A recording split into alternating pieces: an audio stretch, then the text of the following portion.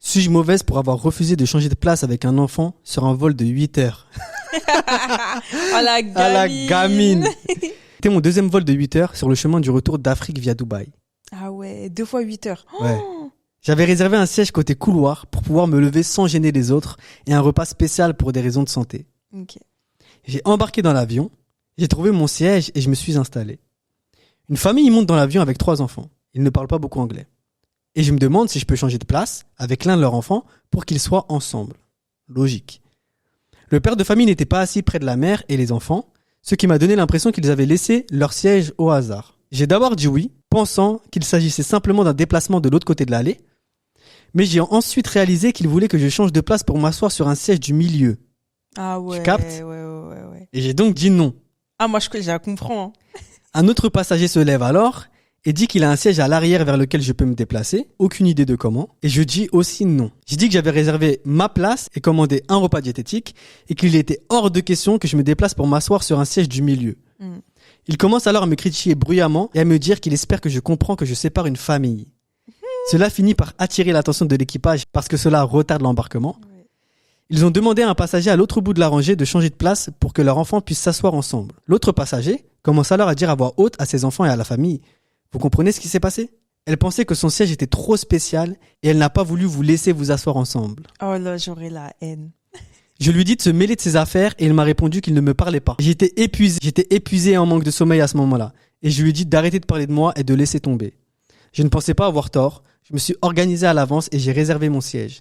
J'ai trouvé qu'il était assez injuste qu'un type quelconque me critique devant la moitié de la cabine parce que je n'avais pas voulu changer de siège pour un vol de 8 heures. Suis-je mauvaise? Aïe. Bah, franchement, moi, je trouve elle est pas mauvaise. Genre, je comprends la famille.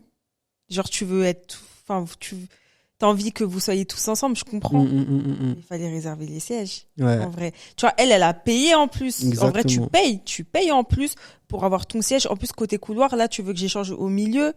Et en plus, tu me poses la question, est-ce que je peux changer de place avec toi? Il y a une réponse, oui ou non. De ouf. C'est pas que oui. Ouais. Si j'ai envie de dire non. Ouais. Non, en fait, tu exact. vois. Je suis d'accord avec toi. Donc, Mais le problème des sièges pendant les avions, là, il y a trop aïe. d'anecdotes. Moi, je me souviens qu'on est parti en vacances, là, il y a pas longtemps, qu'on a pris l'avion. Il y avait un couple de personnes âgées, qui voulaient pas aller. Non, c'est un monsieur qui s'était assis côté hublot, je crois, et la personne âgée avait réservé ce siège côté hublot et sa femme, je crois, au milieu. Ouais. Je crois, si je dis pas de bêtises. Ouais. Et il voulait pas passer son siège. Mais en vrai, c'est la personne, elle a réservé son siège. En ouais, fait. elle a payé pour. C'est pas ta elle a payé un place. supplément.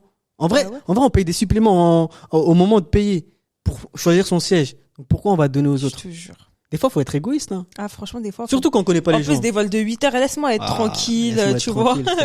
Tête de homme. Là, il y a pas longtemps sur Twitter, j'ai vu une vidéo d'une maman. Son fils, il est juste à côté. Il doit avoir 8 ans. Donc, il est assez grand. Vu, ouais. Et il donne, carrément, les gens, ils ont dit c'est fake. Ça, je crois, c'est du mytho. Ah ouais? Bah, on dirait, hein. Et il donne que des coups. Et le gars, au bout d'un moment, il se retourne, il dit, bon, madame, dites à votre fils d'arrêter. Et là. elle a dit non, ouais. vous ne parlez pas de mon fils, c'est à moi de parler à mon fils, je sais pas quoi. Ouais. Oh, va là-bas. Et moi, oh là là. Pourtant, je suis papa. Hein. Mais après, pourtant, j'ai vu, je crois, je sais pas, c'est une asiatique, dans l'avion avec son enfant de 4 mois. Et en gros, elle a donné un sac avec des bonbons et tout à tous les passagers, avec un mot comme quoi c'est le bébé qui parle. Il dit oui, excusez-moi, c'est mon premier vol. C'est normal que je pleure. Je vais pleurer et tout. Il y avait des boules de caisse dedans. C'est mignon. Mais il y a pas à faire ça en vrai, normalement. En vrai, non. Parce que c'est normal. Bébé.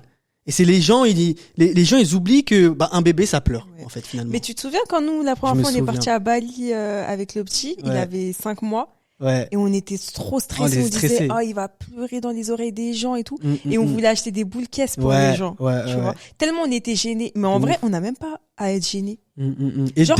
dès qu'il y a des gens, ils commencent à faire des soupirs, ça leur lance des grands Scarface.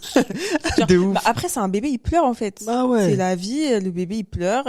Voilà. C'est comme ça, en fait. Tu prends ton mal en patience. Après, c'est vrai que c'est chiant. relou. C'est chiant. Moi, je sais que quand je prends des vols tout seul et qu'il y a des bébés ou des enfants qui tapent dans mon siège ou des bébés qui pleurent, bah, ça me fait chier. Mais voilà, maintenant, je suis papa, donc je comprends. Il y a un âge. Il y a un âge, genre, l'enfant, il a 6 ans, c'est bon, tu peux, l'enfant, c'est aux parents de lui dire arrête là, en fait, tu vois. Bien sûr. Mais un bébé, il sait même pas ce qu'il fait, le bébé, il pleure parce que c'est ses émotions, en fait. Donc, bref.